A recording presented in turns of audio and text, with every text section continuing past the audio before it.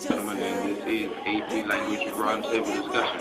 Today we would like to read a passage for you, as well as to do selected responses and free response questions, as well as to do essays, and to give you tips and guidance on the AP practice that we're doing today. I will first read you the passage. The point I wish plainly to bring before you on this occasion is the individuality of the human soul, our Protestant idea, the right of individual conscience and judgment, our Republican idea, individual citizenship. In discussing the rights of women, we ought to consider first what belongs to her as an individual in the world of her own arbitrator of her own destiny, and imaginary Robin Crusoe of her womanly Friday on the solitary island. Her rights under such circumstances are to use all her faculties for her own safety and happiness.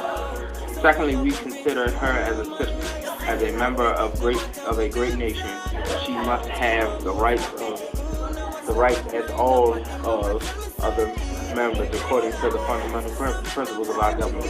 The strong reason for giving women all the opportunities for higher education for the fulfillment and development of her facilities, force of body and mind, for giving her the most enlarged freedom of thought and action, a complete emancipation of all kinds of bondage of custom, of dependence, of superstition, from all the crippling influences of fear, its solitude and personal responsibility of her own individual life. In the religion she is able to believe, in quality and celestial life, where she is the chief factor, a place in the trades and professions where she may earn her bread, is because of her birthright of self-sovereignty, because as an individual she must rely on herself, no matter how much women prefer to be protected supporters, nor how much men desire to have them do so. They must make the voyage of life alone, and for safety in an emergency they must know something of the laws of navigation to guide our own craft.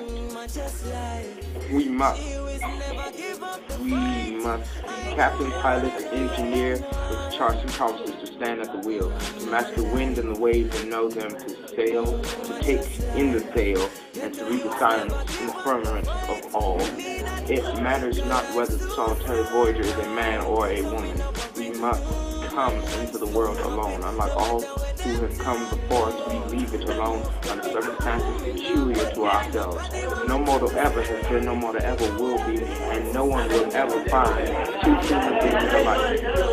Seeing then what must be the infinite diversity in human character, we can in a measure appreciate the loss to a nation when any large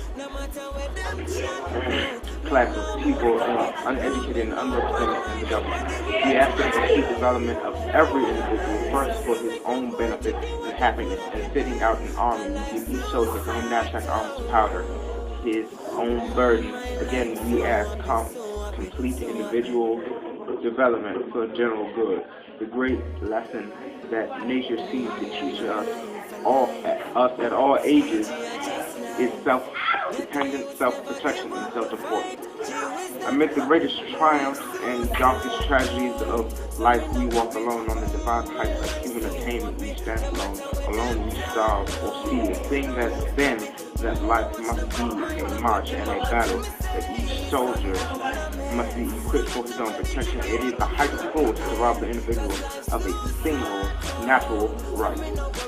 Whatever may be said of men's protection power in ordinary conditions amid all the terrible disasters by land and sea, at the supreme moment of danger alone, women must ever meet the horrors of the situation, and that solitude of self that links us with the imaginable and the eternal. Each soul lives alone forever. And yet there is a solitude which each and every one of us has always carried with him, more inaccessible than the ice cold mountains, more profound than the midnight sea. Our inner being, which we call ourselves, such is the individual life who I add can dare take on himself the right, the duties, the responsibilities of another human soul. Now we shall read selected responses. First, number 24, the attitude of the author towards the education of women is age, denigrating, B, ambivalent, C, impervious, D, indefinite, or E, imperative? The answer is E, imperative. Because out of all the answer selections that we've chosen, that one was the one that most stood out because of what all the symptoms said. Number 25.